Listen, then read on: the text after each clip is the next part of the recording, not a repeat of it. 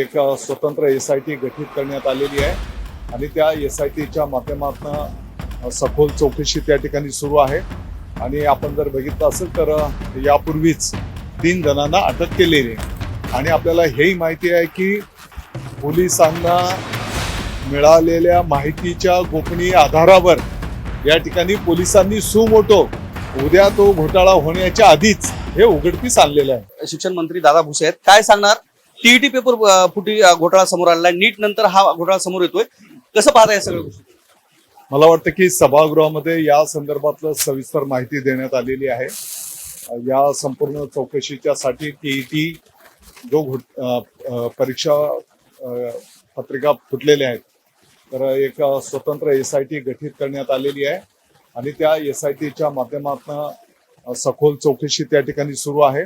आणि आपण जर बघितलं असेल तर यापूर्वीच 3 जणांना अटक केलेली आहे आणि आपल्याला हेही माहिती आहे की पोलिसांना मिळालेल्या माहितीच्या गोपनीय आधारावर या ठिकाणी पोलिसांनी सुमोटो चौकशी करून म्हणजे उद्या तो घोटाळा होण्याच्या आधीच हे उघडकीस आणलेलं आहे. जी आपल्याला विनंती आहे की याची सर्व कार्यपद्धती आधी समजून घ्या.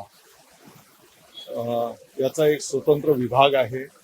त्या विभागाचे जे अध्यक्ष आहेत महाराष्ट्र राज्य परीक्षा परिषद त्यांच्या माध्यमातून हे कंडक्ट केलं जाते. हे संपूर्ण गोपनीय असतं. कुठे प्रश्नपत्रिका छापायच्या जिथे छापल्या जातात त्याची जबाबदारी असते परीक्षा केंद्रापर्यंत ते पोहोचवणं. ही सर्व कार्यपद्धती सभागृहामध्ये विस्तृत प्रमाणात सांगितलेली आहे. दादा, महाराष्ट्रातली परीक्षा होते आणि बाहेरचे आरोपी सापडतात. इतर राज्यामध्ये दिल्ली उत्तर प्रदेश मधले ते आरोपी सापडले जे एकूण समोर आले पोलिसांनी. परत एकदा सांगतो की ही जी काही कार्यपद्धती आहे हे पेपर कुठे छापले जातात कॉन्फिडेन्शियल असतं आणि मग आता SIT हे सगळं पाळेमुळे खोदेल ना. याच्यामध्ये कोण कोण आहे कोणी हे चुकीचं काम केलेलं आहे त्याच्या खुला आणि तुम्हाला आपण हेही बघितलं की याच्यावर कठोर कारवाई झाली पाहिजे आणि म्हणून मकोका सारखा गंभीर कलम त्याला लावण्यात यावा.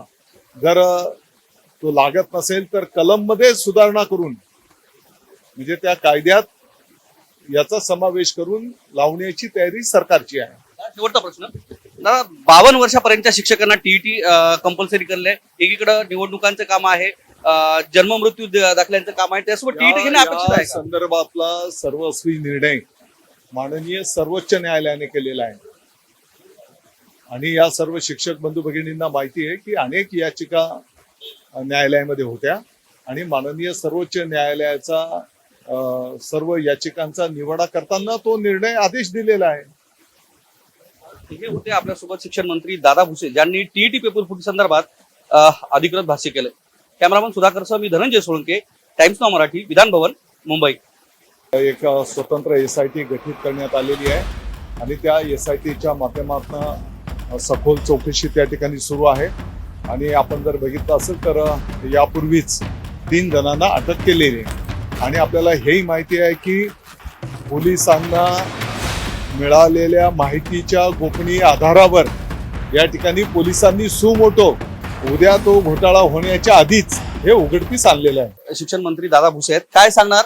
टीईटी पेपर फुटी घोटाळा समोर आलेला आहे. नीट नंतर हा घोटाळा समोर येतोय. कसं पाहताय सगळं गोष्टी? मला वाटतं की सभागृहामध्ये या संदर्भातलं सविस्तर माहिती देण्यात आलेली आहे.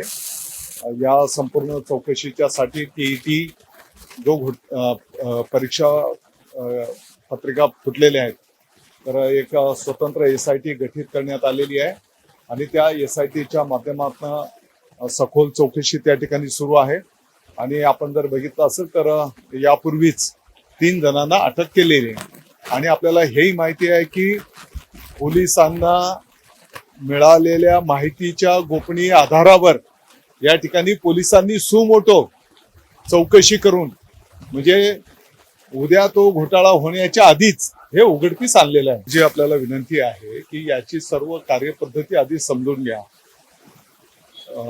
याचा एक स्वतंत्र विभाग आहे. त्या विभागाचे जे अध्यक्ष आहेत महाराष्ट्र राज्य परीक्षा परिषद त्यांच्या माध्यमातून हे कंडक्ट केलं जाते. हे संपूर्ण गोपनीय असतं. कुठे प्रश्नपत्रिका छापायच्या जिथे छापल्या जातात त्याची जबाबदारी असते परीक्षा केंद्रापर्यंत ते पोहोचवणं. ही सर्व कार्यपद्धती सभागृहामध्ये विस्तृत प्रमाणात सांगितलेली आहे. दादा, महाराष्ट्रातली परीक्षा होते आणि बाहेरचे आरोपी सापडतात. इतर राज्यामधले दिल्ली, उत्तर प्रदेश मधले ते आरोपी सापडले जे एकूण समोर आले पोलिसांनी. परत एकदा सांगतो की ही जी काही कार्यपद्धती आहे हे पेपर कुठे छापले जातात, कॉन्फिडेन्शियल असतंय. आणि मग आता SIT हे सगळं पाळेमुळे खोदेल ना, याच्यामध्ये कोण कोण आहे, कोणी हे चुकीचं काम केलेलं आहे त्याच्या आणि आपण हेही बघितलं की याच्यावर कठोर कारवाई झाली पाहिजे. आणि म्हणून मकोका सारखा गंभीर कलम त्याला लावण्यात यावा. जर तो लागत नसेल तर कलम मध्ये सुधारणा करून म्हणजे त्या कायद्यात याचा समावेश करून लावण्याची तयारी सरकारची आहे.